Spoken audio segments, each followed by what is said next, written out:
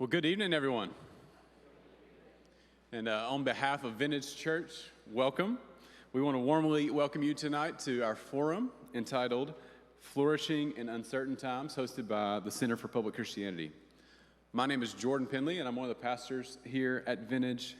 And I've had the privilege of leading our partnership with the Center for Public Christianity over the past 3 years. And I'm truly thankful for this partnership because I truly believe that in order to reach our city with the gospel and in order to do cultural renewal, we must do what the center is doing, right? We must equip doctors and lawyers and teachers and stay-at-home moms to connect vocation and Christian faith. We must gather individuals who are aiming at the same ends. And we must do forums like tonight to let lead thinkers answer some of our culture's most pressing questions. I've enjoyed the opportunity of being on the center's steering committee over the last 3 years as we dream and pray and plan on how we can see God use us to seek the cultural, social, and spiritual renewal of Raleigh. And I couldn't be more excited about all God is doing in and through the center. A little bit more background about the center. The center is a movement of churches and Christians partnering together to reach the whole city of Raleigh as it grows and changes. We are about equipping and connecting and mobilizing Christians to seek the common good of the city. And we do this in many different ways. We do this through our 9-month Fellows program, New City Fellows, through gatherings intended to equip and connect Christians in our city, and forums like tonight where we welcome leading thinkers on pressing issues of concern that are addressing our questions that our whole city are asking and also our culture at large. So I'm thrilled to be here. I'm a super fan of Dr. Pryor. I'm so excited to learn from her. But before we transition, I have a few housekeeping items. The first thing, bathrooms are located to my right, your left. Use those whenever you need to. In case of emergency, every door that you see will lead you to a quick and safe exit. And we do ask that you wear a mask throughout tonight's forum. And now I'd love to introduce to you my friend and the executive director of the Center for Public Christianity, Dr. Josh Chatreau. Josh is the executive director of the center. He's the lead teacher of the New City Fellows program, and he's the theologian in residence at Holy Trinity Anglican Church, all based here in Raleigh. His writing and speaking focuses on public theology, apologetics, and culture. He's written several books, edited several books. My recent favorite is his and Dr. Pryor's book, Cultural Engagement. You should buy it right where you're sitting. They didn't pay me to ask you to do that, but you will love it. Josh is a great leader. He's a great friend, and we are so thrilled to welcome the Center for Public Christianity here tonight at Vintage. Join me in welcoming Josh.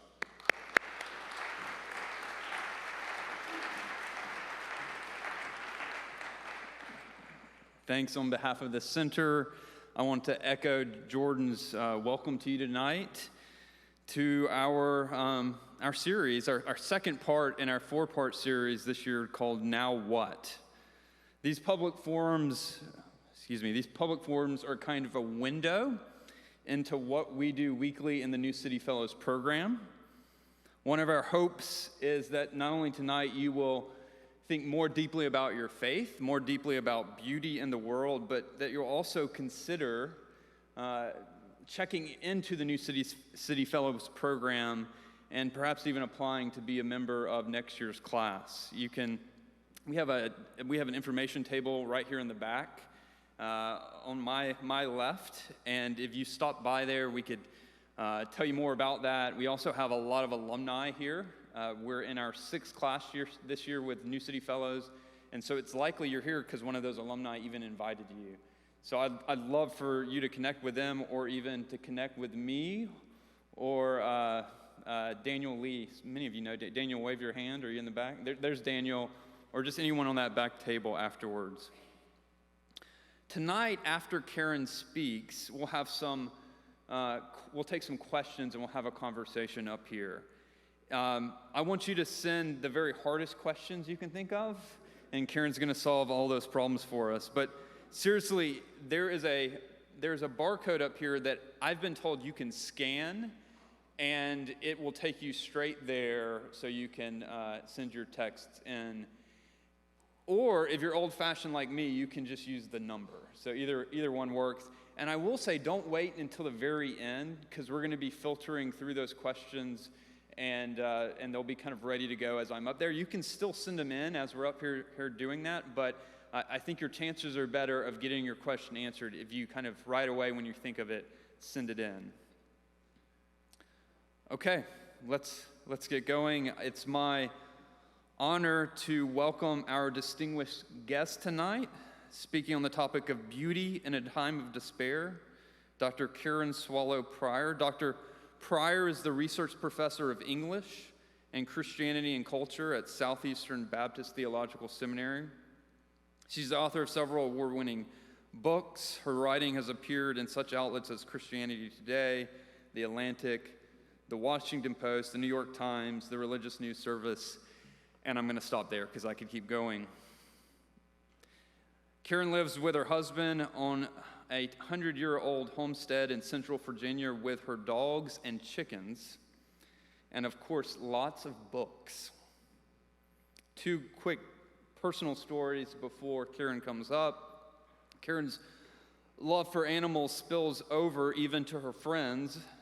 She played somewhat of a role in me breaking down this year and finally getting my kids a dog, to which my kids are really thankful to her for her, and I'm not sure yet. Karen also, as many of you know, a few years ago was hit by a bus as a pedestrian in an accident that could have killed her. At the time of the accident, we were actually in the process of editing Cultural Engagement, and I was wondering what this was going to do to our deadlines. After I knew she was okay, of course. During her recovery, we could laugh that we probably now had the best excuse for a late manuscript to a publisher ever, and we did use it. Karen, I'm grateful that the Lord spared your life. I'm grateful we got done with that book. I'm grateful you're down the road teaching now in Wake Forest, and I'm grateful that you have joined us for tonight's public forum. Friends, please join me in welcoming Dr. Karen Swallow Prior.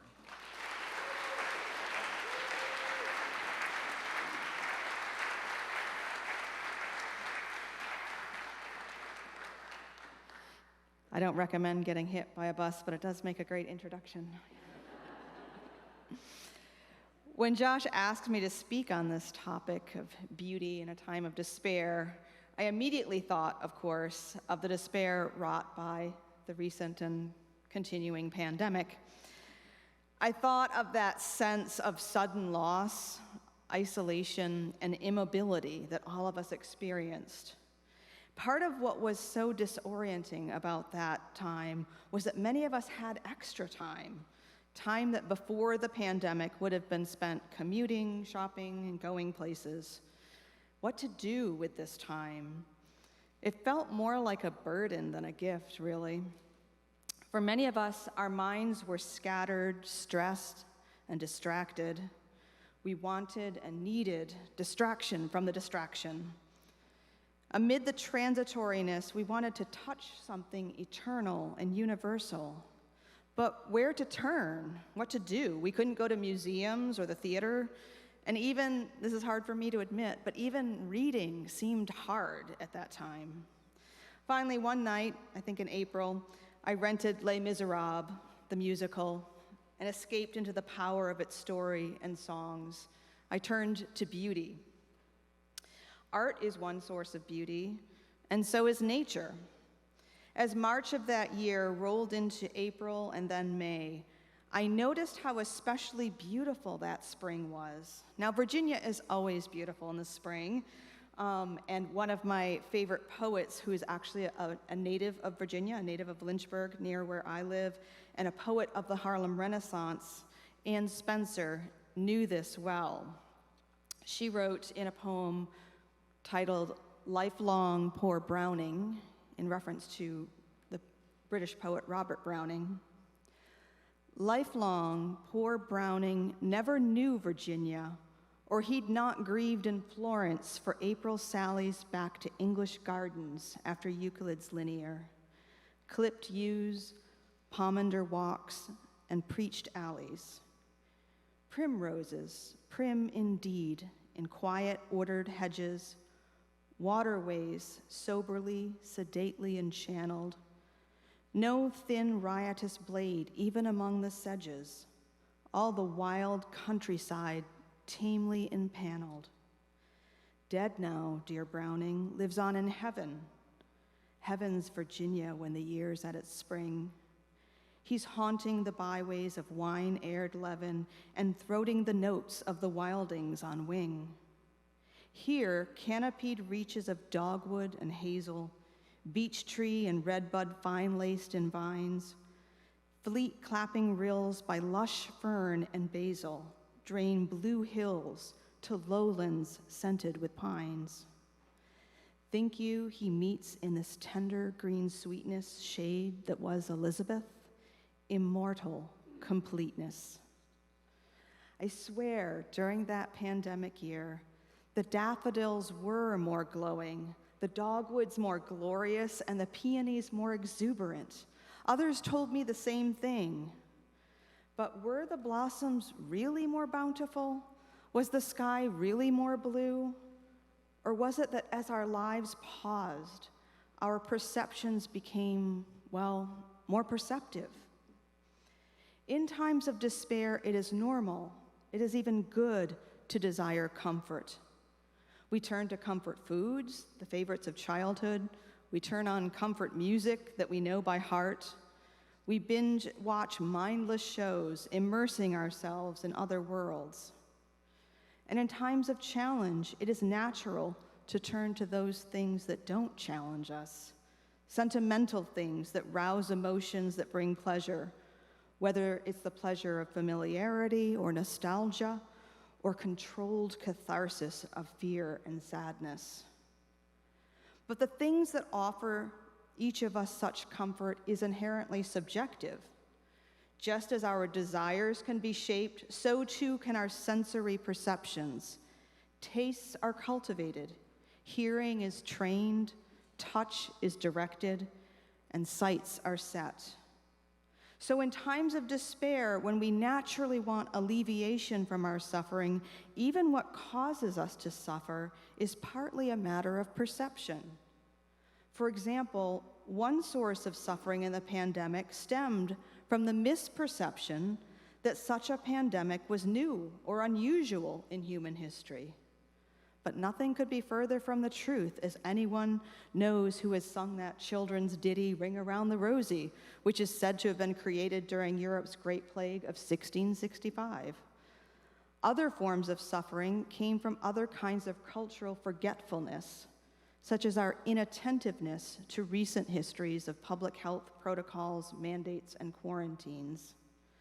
So while pain refers to unpleasant physical and emotional sensations, suffering refers to how we interpret that pain. Thinking our pain is unique increases our sense of suffering in how we interpret that pain. It increases our sense of suffering through the letdown of illusory expectations. Despair is hopelessness, and like its opposing vice, presumption, it is, as the theologian Joseph Piper says, in conflict with the truth of reality.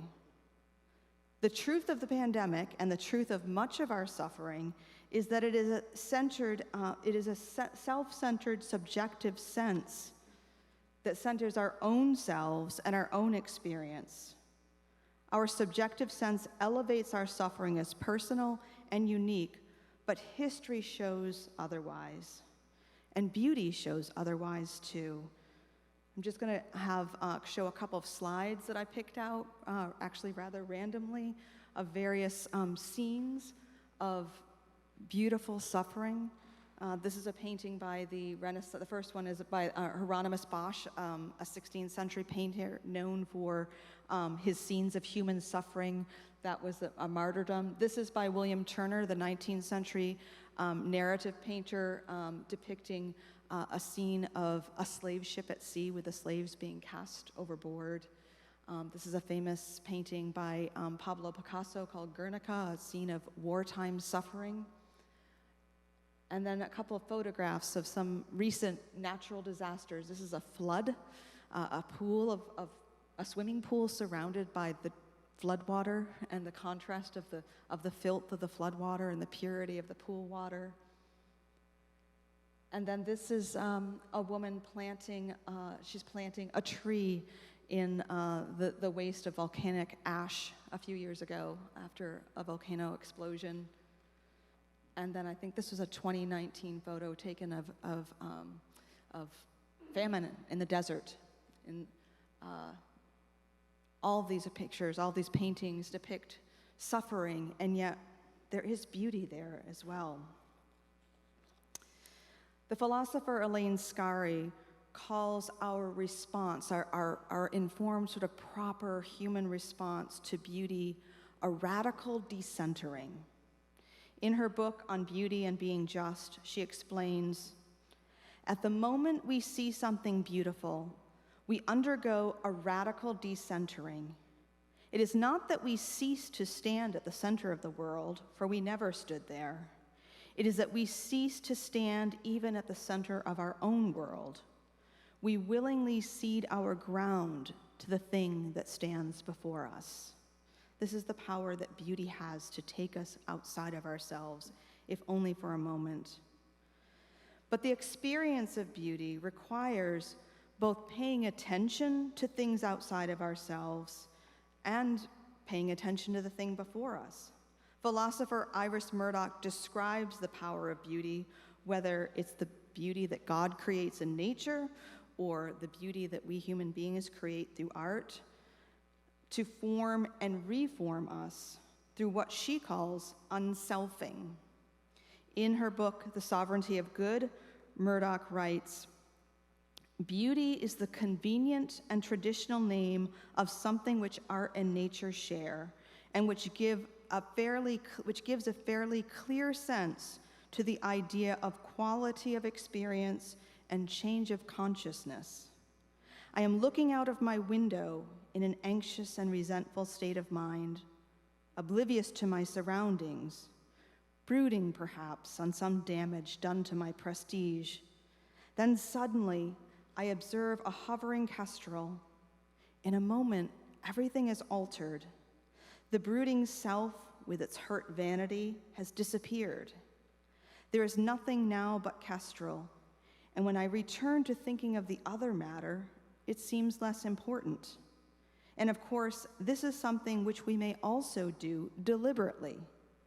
Give attention to nature in order to clear our minds of selfish care.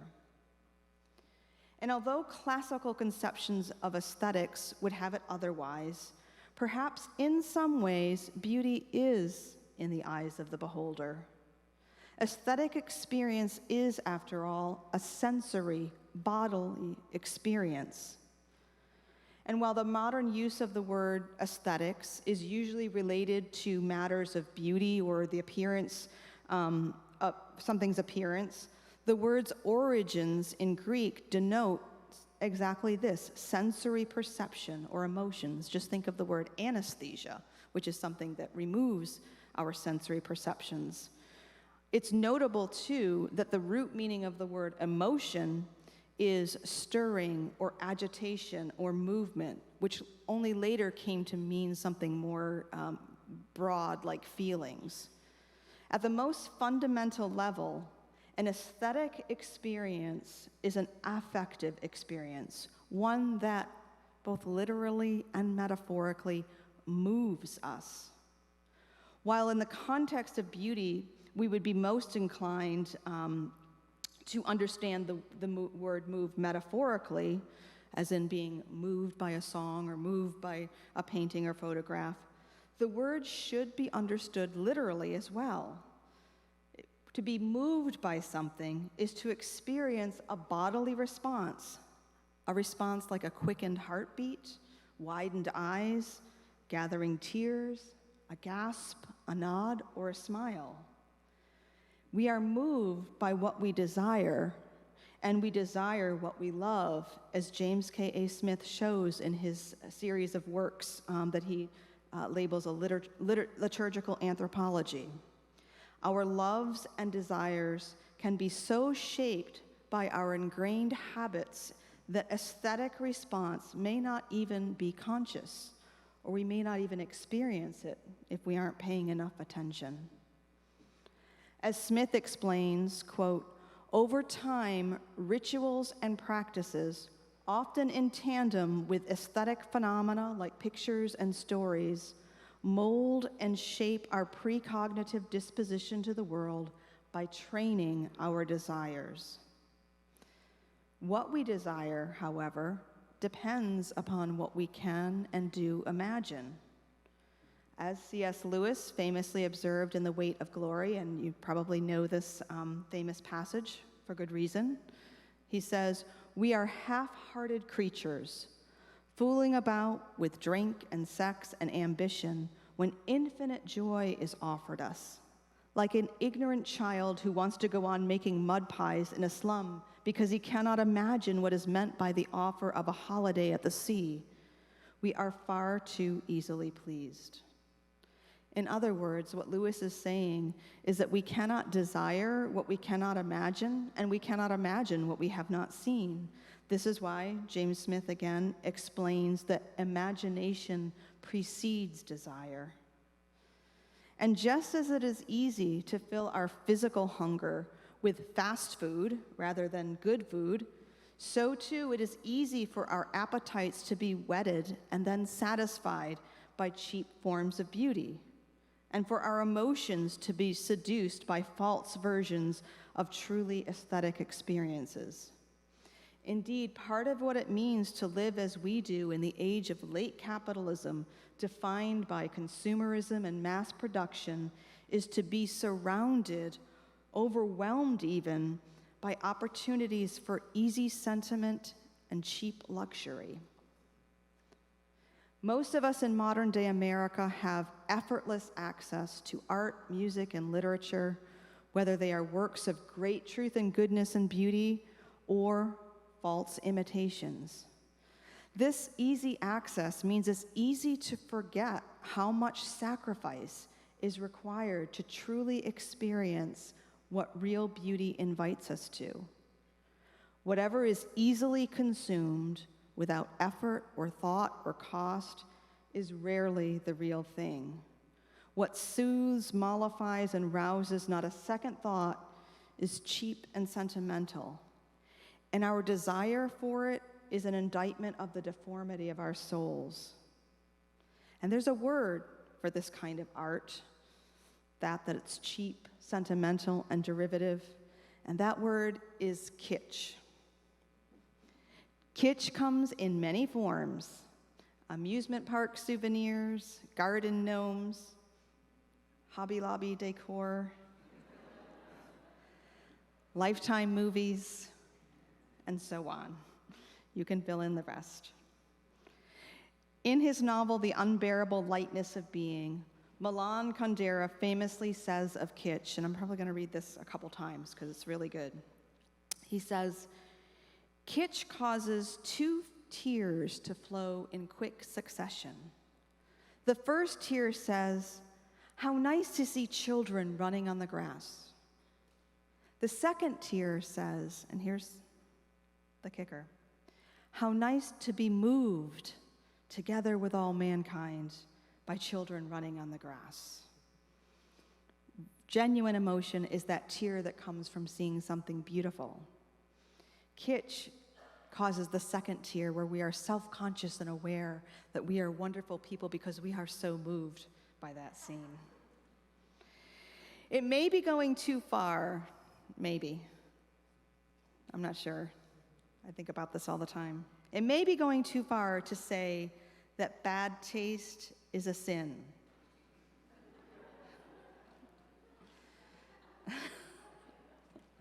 But we know that when God looked upon his creation in Genesis and said it was good, he meant it was good in every sense of the word, that it was good, true, and beautiful morally good, and aesthetically good.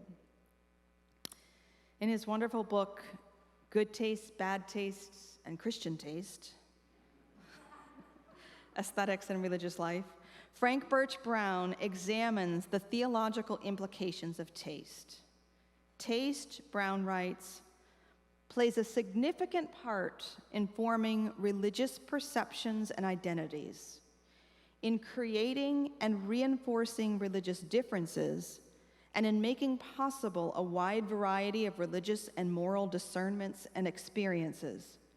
Matters of religion and morality cannot be reduced to aesthetics, but these spheres overlap and interact in ways that we have barely begun to appreciate, even if we have never heard directly of Kant's fearful compartmentalization of the good and the true and the beautiful. And he's talking about the way that subjectivity entered into our experience of, among other things, the aesthetic in the 18th century. In the classical tradition, truth, goodness, and beauty are understood as evidence of a form of being, capital B being, that is greater and loftier than any other in existence. This triumvirate, according to ancient philosophers, constituted what they called the transcendentals, or universal absolute ideals. Because these philosophers did not know the God of the Bible, these thinkers recognized only the signs of God, not God himself, but they detected the promise of such transcendence, even though they didn't see the fulfillment of his immanence. Yet even within their pagan worldview, the early Greeks understood that truth, goodness, and beauty signify the existence of something beyond ourselves and beyond the rest of the created world. Even many secularists today recognize the connection between beauty and the transcendent. Consider the experience of transcendence brought on by beauty described by the famous neurologist Oliver Sacks in his book, The Island of the Colorblind. He writes, as he's upon walking through this forest on the island, the beauty of the forest is extraordinary, but beauty is too simple a word, for being here is not just an aesthetic experience, but one steeped with mystery and awe. Now, as I wandered in the cycad forest on Rhoda, it seemed as if my senses were actually enlarging, as if a new sense, a time sense, was opening within me, something which might allow me to appreciate millennia or eons as directly as I had experienced seconds or minutes. That sounds a lot like transcendence or even eternity to me. God is the source of all that is true, good, and beautiful. And he is all of these things. He is true and good and beautiful. Human beings made in God's image, reflect his nature and character in many ways, but also in this. Because unlike other living creatures, human beings can comprehend what is true or false through the ability to reason, and to judge what is right or wrong through our moral nature, and to recognize what is beautiful or ugly through our imaginative and creative faculties. And since Josh mentioned my love for animals, and I do love animals, and I think that they are one of God's greatest gifts to us, but it amazes me that as intelligent and as loving as they can be, they don't recognize beauty. They have no aesthetic sense. They are beautiful. They make beautiful things like nests and honey and so forth, but they don't have that same aesthetic sensibility that we have. That's part of our being made in God's image. So the development of these distinctly human characteristics cultivates human excellence, what is classically referred to as the virtues. The attainment of such virtues leads to what the ancients called the good life, and what the Bible calls the abundant life. Indeed, what constitutes the good life is the question that every religion and every school of philosophy attempts to address in one way or another. And the Bible, of course, provides the definitive answer. In Jesus is the beautiful way, the only truth, and the good life. Yet it often seems that the abundant life which Christ desires for believers is hard to attain in this earthly realm. Much of that difficulty arises, of course, from the unavoidable effects of sin and suffering that are part of life in this fallen world. But some lack of this abundant life owes to our own inability, or perhaps even unwillingness, to grasp what such a life should even look like, as we saw in that quote from C.S. Lewis in the illustration of the mud pies. We don't put or have a vision put before us. And again, I'm going to refer to Brown's book, Good Taste, Bad Taste, and Christian Taste, where he compares one ancient cathedral, the Hagia Sophia, built in AD 537. It was built as a Christian cathedral, now is a mosque in what is the country now called Istanbul. I'm going to show you some images of that and a video clip. And then, this is Brown, he does this, so I'm not taking credit for it, but then I'm going to show you a short video clip of another kind of chapel located in America, in the Midwest, which is a very different kind of place. So these are going to follow in succession. A couple pictures of the ancient cathedral and a short story about that, and then we'll see the American chapel. This is the Hagia Sophia. When the Hagia Sophia in Istanbul was built in the 6th century, it was the largest building in the world, an engineering marvel. And the unique acoustics inside inspired composers to write 10 centuries worth of religious music, specifically to be sung there. Then the Ottoman Empire invaded in 1453, and the Hagia Sophia became a mosque. Choral music was banned, even the music of B.J. Liederman, who writes our theme music. And the sound of the Hagia Sophia was forgotten until now. Sam Harnett of the World According to Sound podcast has the story.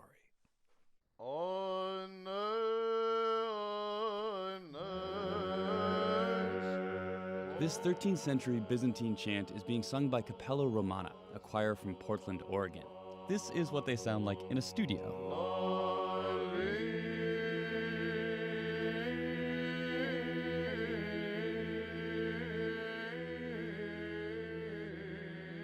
Now imagine, it's the early 13th century.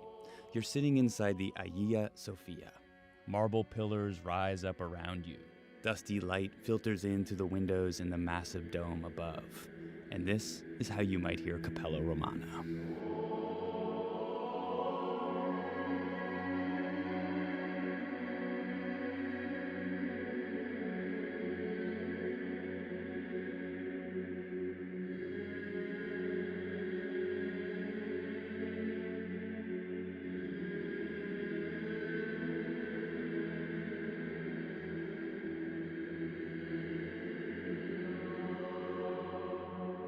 This transformation is possible because of two scholars at Stanford University in two very different fields. Bisera Pencheva is a professor of art history. A lot of my work is focused on reanimating medieval art and architecture. Jonathan Abel is in the computer music department. I study the analysis, synthesis, and processing of sound. When they met, Pencheva started telling Abel about the Hagia Sophia, how we couldn't really understand the experience of worshippers there unless we could hear the music the way they did. And as she talked, Abel started to feel a prickling of excitement.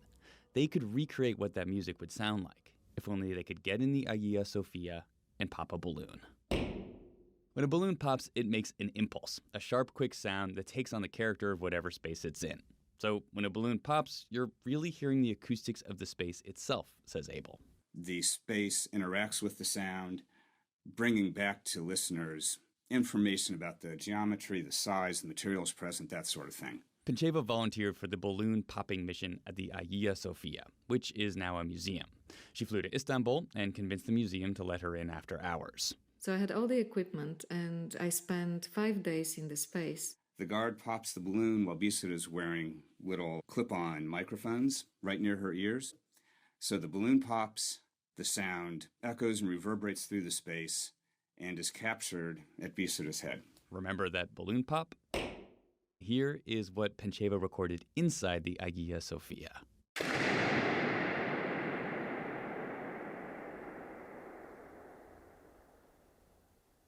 Abel used the acoustic information in the balloon pops to create a digital filter that can make anything sound like it's inside the Hagia Sophia.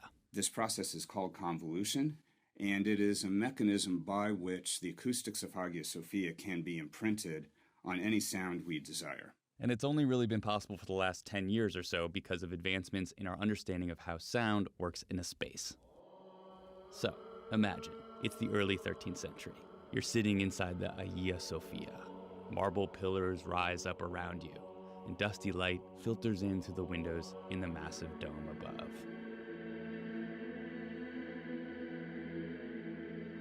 It's actually something that is beyond humanity that the sound is trying to communicate.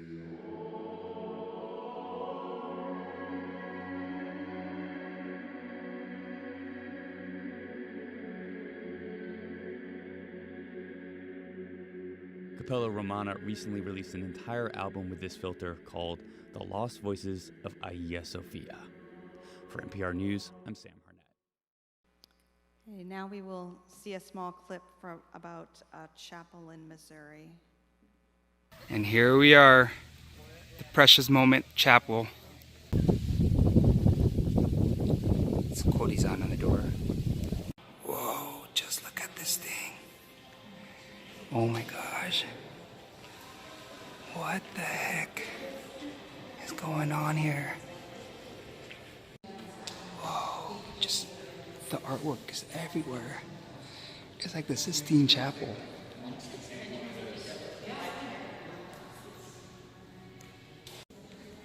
And in here you'll see all the stained glass windows. Whoa. That is amazing. Just all Precious Moment artwork.